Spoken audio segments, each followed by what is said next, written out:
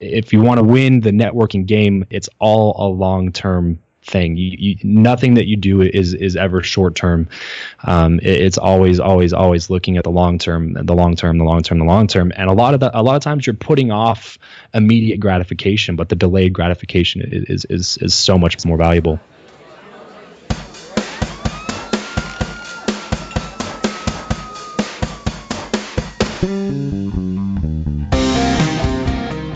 Hello, and welcome to the Millennial Mastermind Podcast. I'm your host, Brad Mulvey. If you're a millennial looking for actionable advice and a proven formula on how to build the life of your dreams, then this is the show for you. Each week, I'll be connecting with inspiring guests who will be sharing their wisdom on how to reach success. So if you're ready to take your life to the next level, buckle up and enjoy the ride.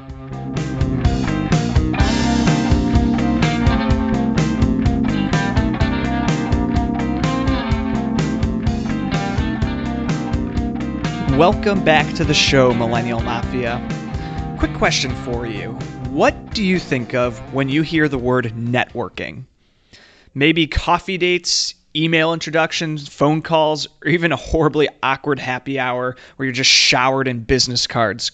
But I'm guessing what you don't think of when you hear the word networking is Facebook groups, Instagram direct messaging, and paid mastermind groups. That's where Travis Chappell comes in.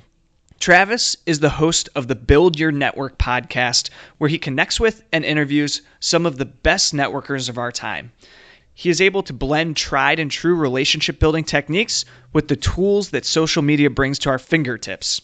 In this episode, Travis shares the strategies that he's used to connect with people like John Lee Dumas of Entrepreneur on Fire.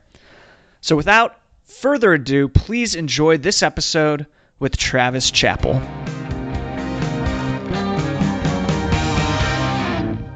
Ladies and gentlemen, welcome back to the Millennial Mastermind Podcast. I have a great guest here for you today who is going to be dropping some wisdom on how to successfully network in today's day and age. We've talked about this subject with a few guests in the past, but wanted to bring a fellow millennial in here who's proven how it can be done in the digital world and proven how it could lead to some really big things. So with that, I want to welcome Travis Chappell to the show. Travis, how you doing today? I'm doing fantastic, Brad. Thanks so much for having me on. Absolutely. So to kick things off, would you mind just giving me a little bit of background on yourself and explaining what led you to found the Build Your Network podcast? Of course, yeah. So I grew up in Southern California and always was kind of that person in the class that had the entrepreneurial itch, so to speak. So I don't know if you remember those little molds that you could get and you like put liquid in them and then you put them like this little oven and you could make your own bugs, like your own little creepy crawly insects or whatever. Yeah. So I got one of those for Christmas one year. This was, I don't know, 4th or 5th grade. And, I started making little bugs and I'd bring them to school and I'd sell them to like the 1st and 2nd graders, you know what I mean, for like a quarter or a dime or whatever it was. And if it was more colors like the United States flag, you know what I mean, like, it'd be like, oh, this one's actually 75 cents, man. So, you know, that's go awesome. back, ask your parents for 50 cents more. Yeah. So I was always that kid that was trying to hustle stuff. And so when I got into high school, it kind of translated a little bit more into making actual money. And my dad had been in real estate for a long time and was working with a couple of investors and stuff. And so I started doing a landscaping business and catering to whatever they needed done. So when they would flip a property, they needed a lawn to be put in and the sprinklers and stuff like that. I would go bid the job. And so I did that the whole summer heading into my senior year and started making some decent money doing that. And then when I started school, I obviously had to cut back on the labor. I couldn't be the one doing the work on the jobs, and I had to get them done still. So that's when I really started to figure out the power of being the person to sell the job and create the business and not exactly being the one to do the labor on the jobs. And so I actually hired college students when I was a senior in high school to go out and do the labor on the jobs for me. I remember doing the math, sitting there and adding it all up and figuring out that I was making the same amount of money or more sometimes than the college students I was paying to do the labor on the jobs while I was sitting in class. And so that's kind of what started really my entrepreneurial journey. And then fast forward a couple years, I was in college. I started in door-to-door sales and figured out that was a better way of making money than mowing lawns and, and stuff like that. And so I got rid of the landscaping business, and I kind of sold it and moved on and started into door-to-door sales. And that is really where I made the majority of my money to so far to today, was getting into door-to-door sales and then switching over to 100% commission, where I had a little bit more control over my time and control over my income, where it was truly uncapped commissions, and I started doing that. So then I realized that about a year and a half ago that really wasn't the direction I wanted to go for the rest of my life, but that it was a really good experience and stuff like that. And so I started diving heavy into personal development. And that is when I came across the podcasting platform, and I really started diving into podcasts, which eventually led into the fact that I wanted to start a sales podcast, because that was the majority of my experience was in door-to-door, retail, in-home, all that kind of sales. And so I was initially going to start something about that, but when I looked at the market, there's just so many podcasts on sales. I'm sure you know that. There's so many podcasts out there about how to sell and stuff like that. So I decided to change courses and go a different route. And I looked at what's if I could pick one thing that I would say would be the number one contributor to my success so far, is that it would have been networking. It would be meeting people. It would be finding the right mentorship and the right advice from the right people. And so that's what led me to start the show. And when I started it, it was really interesting to figure out that it was actually going to be a really good way for me to also build my network as well. So all of that led up to this one moment where I figured out, hey, look, podcasting is going to be my next thing. And the biggest thing that's ever contributed to my success is just networking, getting to know people, and building actual genuine relationships. I love that. And that journey is very similar to my own, actually, kind of finding the podcasting platform and realizing that it's a great source of not only knowledge that you can acquire, but also provides a lot of opportunity for networking in itself if you decide to leverage that platform to have your own show. So I feel you on that one. But would you mind sharing maybe a few quick examples of how networking and those relationships that you had led to that success when you decided that the 100% commission job wasn't what you wanted to be doing for the rest of your life and you wanted to branch off into your own business? Yeah. So when I decided to branch off from sales, and I mean, I still do it. It's still a good way for me to make money while the podcast is getting up and running and stuff like that. But the podcast was really what I decided was going to be the next step for me. And so one story really quick on that is that my show is all about how to build relationships with people that you want to build relationships with that apply to your industry. So whatever you're in, if you're in sales, if you're in marketing, if you're in manufacturing, whatever it is that you're in, it's good to build relationships with people in that industry and learn from people who have done it before you. And so for me, that was a guy named John Lee Dumas, which I'm not sure if everybody here knows who I'm talking about. But I'm sure that it's somebody. I'm sure it's somebody that you've heard the name before, Brad. Absolutely. Entrepreneur on Fire was one of those early podcasts I discovered that definitely influenced me creating my own. For sure, exactly. And that's exactly how it was for me. So I just remember sitting there. It was probably last year, October timeframe or so, and I was sitting there listening to him talk.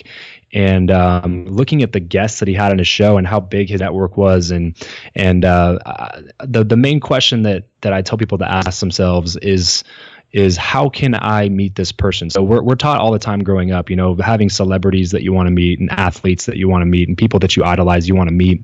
And everybody always said, oh man, that'd be so cool to meet that person. But instead of figuring out a way to do it, they just say, well, that's impossible. You know what I mean? There's just no way I can actually meet that person. Well, Mark Zuckerberg actually estimates that you can meet anybody you want to meet within about 3.5 connections. So everybody's heard of the 6th degree of separation theory, which says that it's within 6 connections. And that was a study that was done, I think back in the 1920s or so, that you can meet anybody in the world through 6 connections. And that was before the internet was even a thing, obviously. So now that the internet is available and we have social media and stuff like that, we can meet anybody we want within 3 to 4 connections is what Mark Zuckerberg estimates. So there's really Yeah, it's crazy. It's crazy. And there's really no, if you have somebody that you really want to meet, there's really no excuse to not be able to figure out a way to meet the person that you want to meet. So what I did when I sat there and listening to Entrepreneur on Fire is I decided to make a plan, figure out how can I meet this guy, and not just how can I meet him, but how can I get him to know who I am, and because that's just as important, you know what I mean. A question I ask myself all the time is, hey, do you believe that what you know or who you know is more important? And I get a lot of different answers, varying answers on that. But one of them that has really stuck out to me personally is it's not really just even about who you know, but it's about who knows you, because everybody knows who Tony Robbins is. But how many people does Tony Robbins know? And would he be willing to do something for you if you called him up and asked him? And so that was what I really was trying to figure out, is how can I make myself different from the 50, 100,000, 250,000, however many people follow him. How can I be someone to stand out? And so I started following him a lot more, and I took his courses. I reached out a couple times on emails, and he was always really nice about responding and stuff like that. And then in February, March or so, no, it was actually in January. It was in January. I was traveling a little bit in Central America with a couple of business partners. And we were down, we went to 5 or 6 different countries, Colombia and Panama and Costa Rica and stuff like that. And when I was in Panama, I looked up, I was looking at Instagram, and I saw John Lee Dumas on his Instagram story say that they're putting together a mastermind to come out to his house in Puerto Rico and with 4 or 5 other entrepreneurs and get a one-on-one mentorship and mastermind session with him. And then obviously get to go like see his house and hang out and stuff like that. And I was looking at that. It took me a solid 2 weeks, just ask my wife, to make the decision, because it was a hefty investment. Just for the mastermind, it was $6,500, and then I had to pay for the plane ticket to get out there and get back home. And then obviously you have food and all those kinds of different expenses throughout the trip. So it ended up being about an $8,000 trip for me. So when I was examining that, it took me a week or two to pull the trigger. But when I did, and then we went out there, it obviously put me in a different category to meet somebody like that. And when he is meeting me, he knows that I have a certain level of commitment to what I want to learn from him. And it's a way to give back to an influencer. If you want to give back to an influencer for all the free stuff that they give you, support them as much as you can. Mm-hmm. And so when I went out there and met with him, though, the whole time I was trying to figure out a way to try to add more value and try to build a deep relationship and get it to the point where I was saying exactly what I was saying before, to where it's not just me that knew him, it was him that knows me and that's willing to, tell other people about me. And so when I was there, I was really trying to figure out a way to do that. And since I have a lot of experience in sales and door-to-door retail and all that kind of stuff, he mentioned he was going to a big podcasting event in Anaheim called Podcast Movement, which just happened a little bit ago. And he mentioned that he had a booth there and that he really wanted to sell some of his journals that he's authored. And so I just said, hey man, look, if you need some help, I'm more than happy to spend a couple of days and try to sell some journals and get these out into people's hands. And he said, yeah, that'd be really awesome. So I was able to do that for him. And then through that, he's now invited me to another event that he's going to be speaking at the end of September in Vegas. And so I'm going to be able to go out there and meet some more people there. And then he's recommended me to a couple of other bigger influencers and stuff like that, just because I figured out a way to try to add as much value as possible to somebody that I really admired and to somebody that was in an industry that I really wanted to be successful in. That's really interesting, because I feel like a lot of people in that situation who made that $8,000 investment would start to look at that and go there and think, okay, now what do I get out of this experience? Where you went in with the opposite kind of goal of how do I add value to John Lee Dumas while I'm here, even though you were the one who, invested in that trip and in that mastermind to be there. And it just goes to show, based on the results of that you were able to add value. Now how that pays off so much more than just taking as much as you could have out of that one mastermind experience. Yeah, exactly. And one thing on that too, man, is that there's so many short-term thinkers, and I think as a millennial, that's more so with our generation, is we're really short-term thinkers because we have immediate gratification with literally anything. You know what I mean? Like, oh, I'm hungry. Let me go on Postmates and get a burger delivered to my front door in like 15 minutes. You know what I mean? Right. Like if we want to find out a piece of information, we don't got to go to the library and get an encyclopedia and sit there and flip through for 3 hours to find out exactly what I want. Like a quick Google search and I can find out anything I want to know about a topic. So I think we have a tendency to be really, really short-term thinkers. And if you want to win the networking game, it's all a long-term thing. Nothing that you do is ever short term. It's always looking at the long term, and a lot of times you're putting off immediate gratification, but the delayed gratification is so much more valuable. Right. And it's just like how anybody else might look at investing. You know that you're not going to be looking for short-term wins. It's investing now for long-term results and long-term returns. No different with your network. You just have to be able to have that foresight that you're talking about. Yep, exactly. So I know that one area that you talk about frequently is networking in today's digital age, because obviously it's a different game than what it was for generations prior to us, when not everybody was on LinkedIn, Facebook, Twitter, Instagram. You have all these other avenues to getting a hold of people, but it's also such a convoluted space because you might be trying to reach out to somebody through one of those platforms who's also getting blasted with 1,000 other messages per day. So yeah. I would love to get your feedback on kind of how you've seen success in that arena and what some of your recommendations are. Yeah, definitely. So there's a couple of different strategies that I try to employ on there.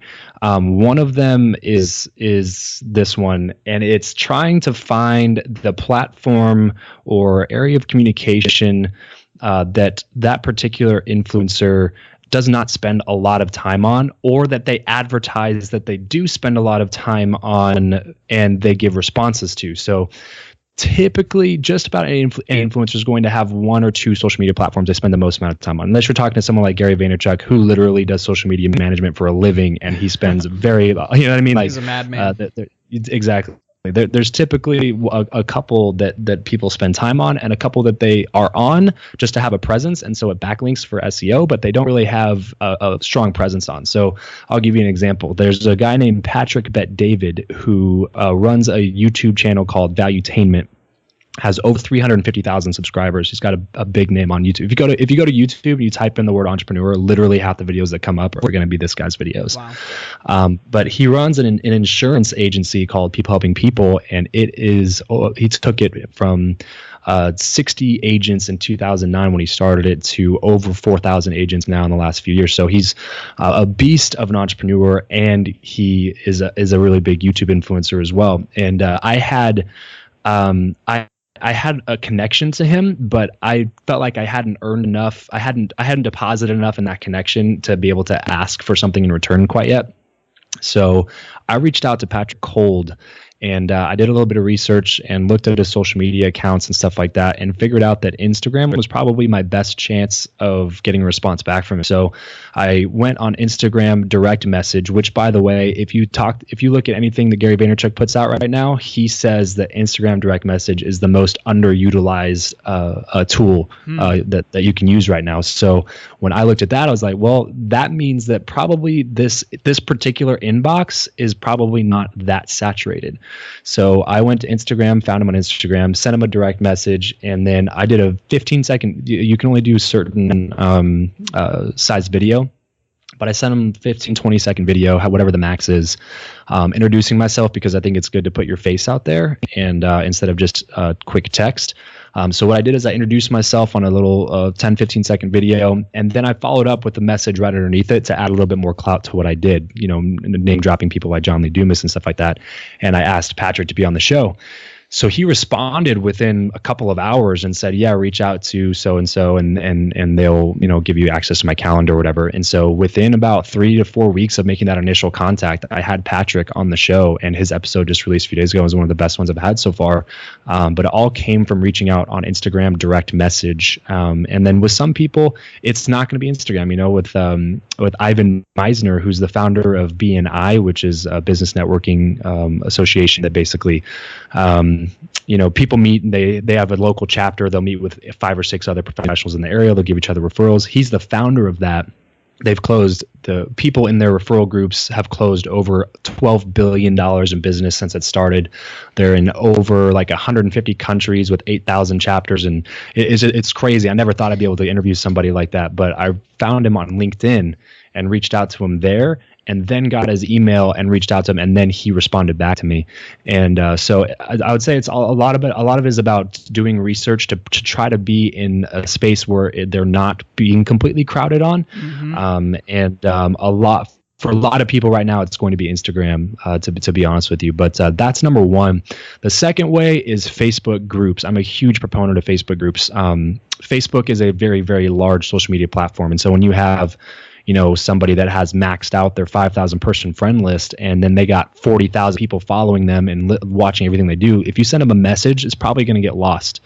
But if you pay attention to see if they maybe have a Facebook group, and then you get involved and connected in that group, and then reach out to them through 2 or 3 months of you posting, they see your name, they comment back and forth a couple of times.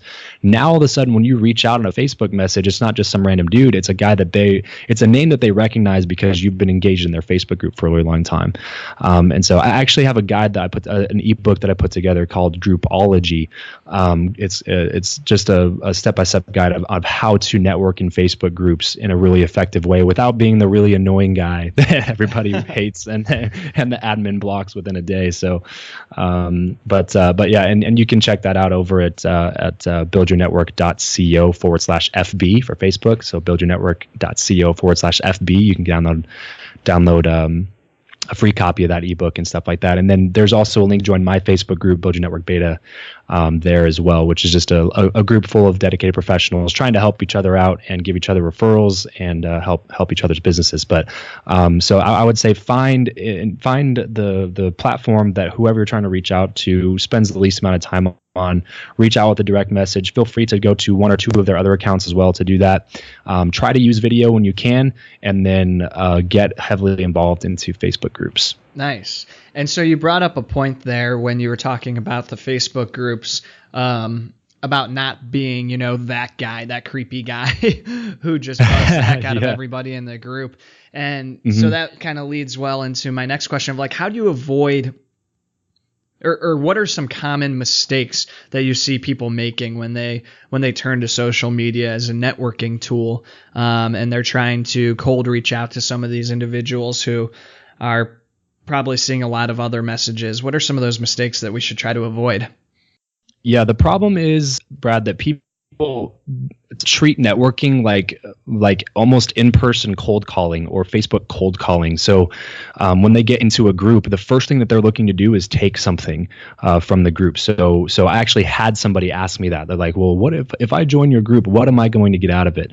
And I said, you know what, man, that's actually, if that's the mindset that you have, then I'm not trying to be offensive to you or anything like right now, but I honestly don't want you in my group, because we're not here in this group to try to figure out what we can take from the situation or what we can gain from the situation. Right. We're in this group to figure out what we can give to other people.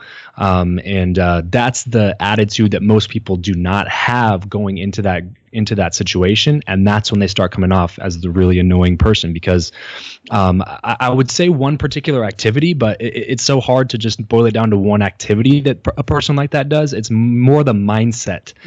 So, there'll be that person to go through and like 100 posts, but not read any of them because they want people to see their name. Right. There'll be the person that goes in and comments their link to their business on every post in the group to try to get as many people to see what they're doing as possible. people, they're that person. You know what I mean? The person that's always looking to try to take something from the group and never looking to try to give anything to the group. And that mindset is more the mistake to avoid, rather than one or two of those activities, if that makes sense. But it's all about that taking mindset, which there's a great book by Adam Grant called Give and Take. If you haven't read it, I'd definitely recommend checking it out. Nice. Yeah, I feel like we're on the same wavelength here, because for a little bit of your background, there's a mastermind group that I operate in association with this show, and I had the same thing happen. An individual reach out and asking about kind of what was involved with being a part of it, and kind of what you got with the monthly fee associated. And you press so hard on that of, well, what does that fee cover? What do you get for that fee? That I was like, you know what? It may not be for you if you have this much of a reservation on it. It's the value of it is being in a group like that where everybody else is there to give, including yourself. Right. And then inevitably you'll benefit just by the spirit of everybody else's giving. And so it sounds like you're doing the exact same thing with your group as well. Exactly. Because that's really what it's about, man. That's all networking is taking people from thinking that it's all about taking business and getting them to think about it's all about giving and giving value, giving content, giving business. It's all about giving. So I want to ask a question that may be a little bit odd. So feel free to take a minute to think about it. But being a fellow millennial, we have still a lot to experience within our careers, within our entrepreneurial journeys, whatever they may look like in the future. But what do you think that the 60-year-old Travis Chappell, after going through all the amazing successes that he will have gone through at that point, what advice do you think he would give to you now? That is a good question. To be honest, I think that it would be to do even more of what I know I should be doing, which is building relationships with people. And I don't just say that because I run a podcast called Build Your Network. It's just legitimately because I see so much value in doing that. And especially if you're a millennial, especially if you're a millennial listening to this, it's so important for us to spend our 20s. How old are you, Brad? I'm 28. Okay, 28. So for you, Brad, and then for me, I'm turning 25 here in a couple days. It's so important for us to be spending this time building those relationships and learning from the people that have done it before we have. And I think that so many millennials fall into the trap of trying to be the know-it-all and trying to be the expert in their 20s. And they don't sit there and think about like, hey, maybe this guy that's 60 has been doing this for literally twice the amount of time that I've even been alive. He might have some value to add into the situation, and I should listen to what he has to say. And so we start feeling like we have to be the expert and we have to know everything, and then it's all up to us. When we really should be spending as much time and money, because it's important to spend money on this kind of stuff. We need to be spending more time and money building relationships with people who are older than we are that have done it before us, and then people who are the same age that are trying to do the same thing. So I think 60-year-old Travis Chappell would probably be telling me to do more of what I know I should be doing. And because here's the thing, Brad, all we have is time. Right? That's really our only asset. Money can always be remade. So just like with that thing I did with John Lee Dumas, man, that was $8,000 that I spent on that, which is not a small amount of money, but I understood the fact that, hey, look, I can go make that money back. I can't get time back. So the stuff that I learned in that period of time, rubbing shoulders with somebody like John Lee Dumas, the connections that I've made through knowing him and him knowing me and him being willing to write a recommendation for me to be on people's shows, like that would have taken a couple of years of runway time before I could have gotten that accomplished if I tried to do it by myself and I wasn't willing to spend the money and the time to go out to Puerto Rico. So now that I did that, I've taken the next 2 years and condensed it into a weekend, and obviously it's not that exaggerated, but you get my point, is that the people are just so scared to spend that money and watch it leave their bank account. And then now they're going to take the next 5 to 10 years trying to figure out all the stuff that they could have learned, where if they just would have rubbed shoulders with the right people when they're in their 20s and not really worried about the money that they're bringing in, they would have been able to, learn those things a lot faster and get to a higher revenue a lot quicker anyway. So I think that would probably be what I would tell myself, is to continue making connections and to be willing to spend even more money than I already am on stuff like that. That's awesome. I love that insight, Travis, and I think those are such key points, both the investing in your network, but also being willing not just to invest the time, but on the financial side as well, that may help leapfrog you to where you need to be in such a shorter amount of time. So I think that is phenomenal. So I know you mentioned some of the links to where people could find your ebook and find your Facebook group earlier, but is there anywhere else you would point people to check you out on the interweb? Yeah, definitely. I mentioned buildyournetwork.co. That's the website for my podcast. If you go to buildyournetwork.co/FB, you can get the copy of that ebook, and you can join my Facebook group. We stay highly engaged in there, and probably my Facebook group is probably the best way to get to know me on a personal level, because I spend a lot of time with a lot of people in there. But also, as Facebook's probably the social media site I spend the most time on. So if you search Travis.Chappell15 in the search bar, that's me.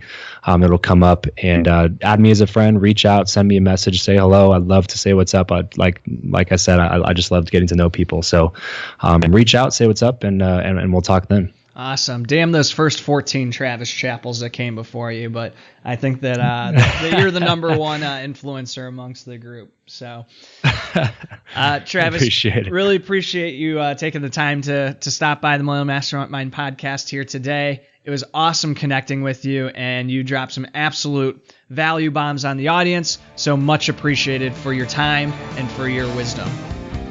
Brad, great show, man. Thanks so much for having me on.